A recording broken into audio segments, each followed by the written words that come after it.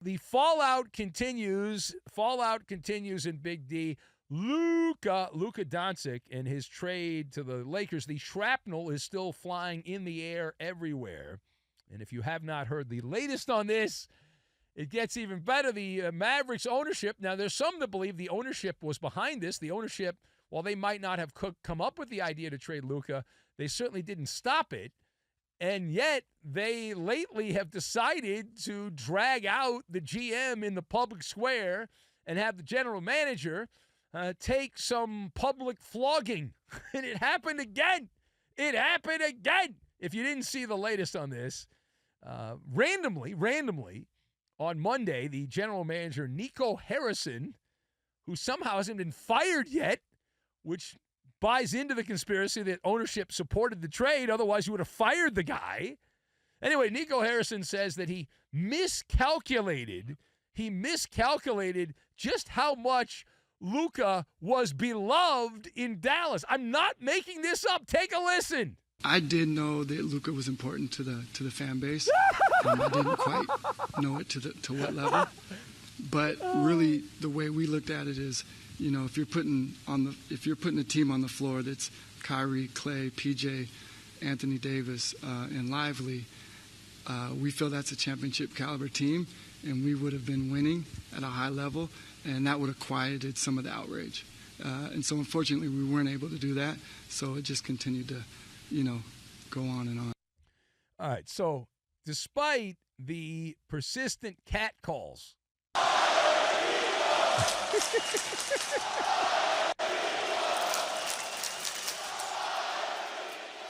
For 2.5 months since the deal, somehow Nico Harrison has not been let go and continues on saying, "Hey, listen, this is right. I didn't realize it." Why don't we break that off and we'll focus on that. That's a good stopping point to kind of break this down, and we'll start with that soundbite. So let's discuss the question. What is the word? I love what is the word. It's my favorite game. What is the word for Nico Harrison saying, as you just heard, he did not realize the depth of the love, the affair, the love affair that was going on between Luka and the fan base in Dallas. So I've got Village People, Annie, and Gasman. And we will combine all of these things together, and we will put the biscuit in the basket is what we're going to do. Put the biscuit in the basket. So, first of all, to answer the question, what is the word? What is the word for Nico Harrison saying he did not realize the love that was going on? My word is berry, as in dingleberry. Nico Harrison, say it with me now, kids. Nico Harrison is a dingleberry. That's what he is, all right? And it's really a classic attempt to try to dodge accountability. It's like, oh, I had no idea, Your Honor. It's like you get pulled over for speeding, and the officer says, "How fast were you going?" And you say, "Well, I was going 92 miles an hour." And the officer says, "Do you know what the speed limit was?" And you say, "Well, officer, I didn't know what the speed limit was." Like, that's your defense. I did not know. Like, what are we doing here? You're claiming ignorance is what you're doing. You're claiming the I word, ignorance. You're the head of basketball operations of the Dallas Mavericks. You're supposed to know the franchise inside and out. I am an overnight talk show host. I know the Mavericks more than Nico Harrison. How embarrassing is that? I'm not even a Maverick fan. And I realized the bromance between the Dallas Maverick fan and the franchise. And you know what Nico does too? He's playing dumb. He knows. He's aware of it. He's fully aware of it, right? I mean, he's going across. My name is Nico Harrison, and I'm one of the Village People. I'm a village idiot, is what I am, is what he's doing. Now, we do know that in the court of law, this is not the court of law, this is basketball, different court. But in the court of law, when you find yourself uttering the words, "I didn't know," when you say that, "I didn't know," in front of a judge, you know what that starts? That starts confetti, because you're cooked it's a guaranteed loss for you, and you're going to pay money. If it's a ticket, you're paying the ticket. You say, I didn't know. I did not know. The notion that I did not know can save you from getting out of hot water.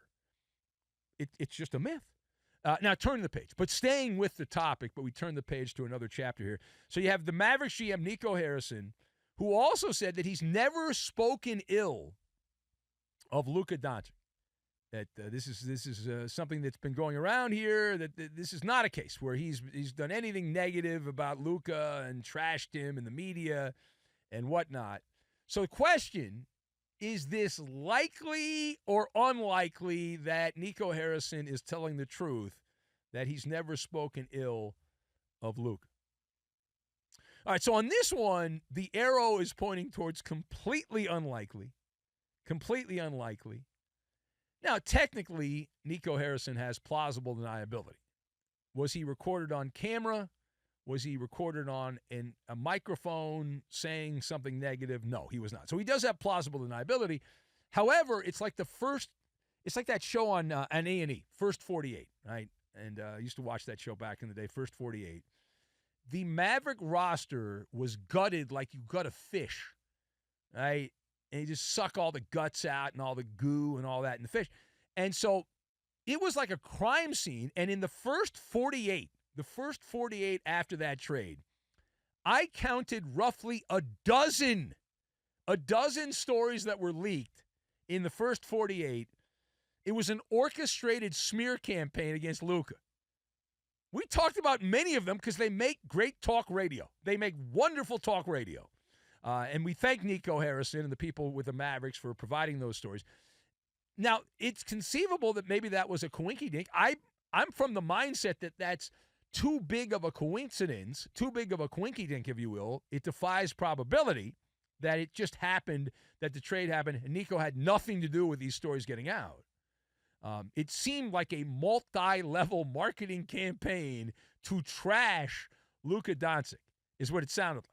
Now, among the leaks, just for those of you a little slow in the back of the room, I know it's late at night or early in the morning, but Dallas, among the leaks, this is in the first 48. All of these came in the first 48 hours after Luka was given, not traded, given to the Lakers.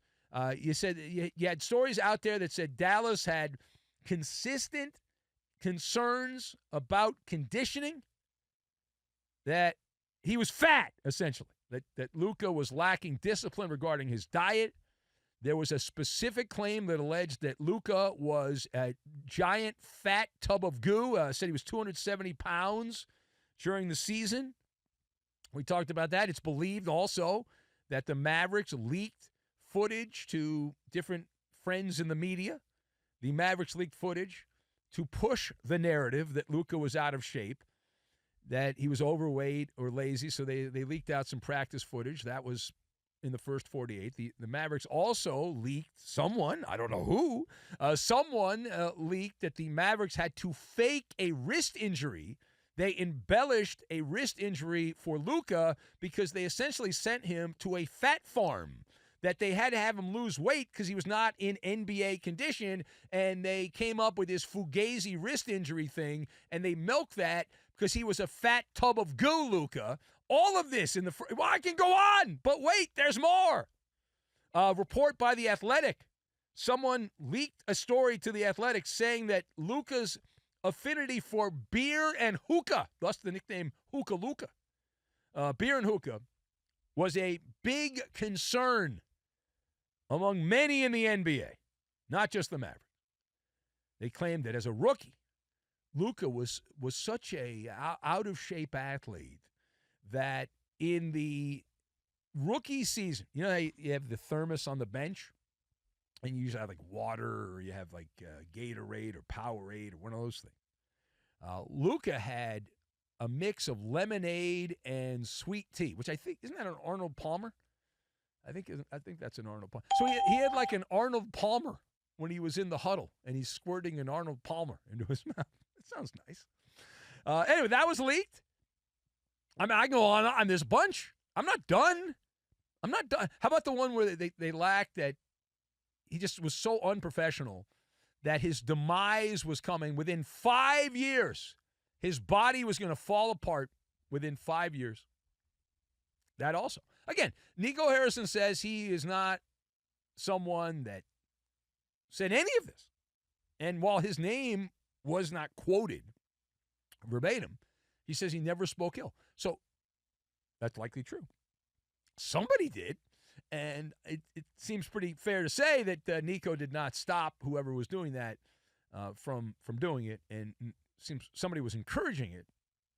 But that's the oldest move in the book. You trade a popular player, and you just bury the player. And that's how it works in most towns. I know the Boston sports teams, for example, they get rid of popular players. They just bury the players on the way out of town. Like every little thing that somebody had a beef with, just complete losers, on their way out. It's always been that way in there. It's in New York. It's like that a lot, but it's pretty much anywhere these days. All right, now, final part of this, the hour of Nico. Nico Harrison, the hour of Nico Harrison. So, one constant theme of Nico Harrison's latest media appearance, and this has continued over the last couple of times he's spoken to the media, is a tremendous appreciation of Anthony Davis. That is the default position when he discusses Nico Harrison, this move. His defending of the trade of Luka is, yeah, but we got Anthony Davis. Yeah, but we got Anthony Davis. Harrison said, I think the biggest thing is if you don't value AD as an all-NBA player, all-defensive player, then you're not going to like the trade. All right, so let's break that down. Nico Harrison saying the issue with those criticizing the trade of Luka, which, again, is not a trade, it's a giveaway. Not a trade. A trade is where you get something a lot in return. It's a giveaway. So he says it's fans undervaluing, this is essentially what he said, fans undervaluing Anthony Davis as an all-NBA player, all-defensive player. Can you decode what Nico Harrison is actually saying, the general manager there of the Dallas Mavericks? So here's how I decode this. This is a love affair. This is romance. Nico Harrison is a smitten kitten. He's got those puppy dog eyes for Anthony Davis. And at the same time, it's a 2-for-1 special. So not only is he slobbering all over Anthony Davis, Nico Harrison's whispering sweet nothings in Anthony Davis's ears. Right? Not only that, it's a 2-for-1 special because he's also at the same time calling the Maverick fans subtly numbskulls. Right? If you don't like this trade, you're a numbskull.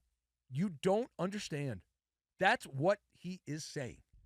He's a gas man on this one, as Nico Harrison, the Maverick GM, is gaslighting the fan base. He's denying facts.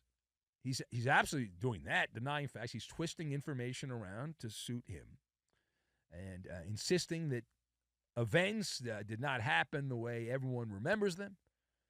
Gaslighting. Gaslighting 101. The level of stupidity of Nico Harrison is breathtaking. It is. Like, how did this guy end up a general manager? Like, he seems like one of the dumbest people in sports. Seriously, like a moron. Like, how did that happen? How? I guess it's the Peter principle. You rise to your highest level of incompetence and you stay there. But this guy's really just a dum-dum. The more he talks, it's like, what are we doing? And even if you thought Anthony Davis was really, really good, right? There's a 6-year age gap. And he talked about, well, we have a championship quality team with Anthony Davis. Hey, Bozo, you were in the NBA Finals a year ago against the Boston Celtics. You already had a championship caliber team. You already had it. Like, what are you doing? Anthony Davis is fragile, right? He's a delicate little piece of glass is what he is. And it's even better because not only is he delicate, everyone knows this, but Anthony Davis, his first game with Dallas, got hurt. That's the full Anthony Davis experience, right? And if you're going to trade Luka Doncic, you should have gotten like 4 or 5 first-round draft picks and like 3 or 4 players who are pretty good players in return. You didn't do that. It's like you were working as a Manchurian candidate for the Lakers. It's something's not right when the conspiracy theories make a lot of sense that either you were in the tank, you were ordered by the NBA to trade the player to the Lakers, ownership's trying to move the Mavericks to Vegas, they told you to make the trade.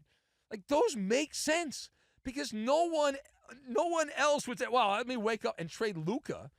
Like, I'm going to upset the customers of the business I work for, and I'm going to make the team worse. Like, who would do that? Unless you were told to do it. It's wild. Wild, wild, wild.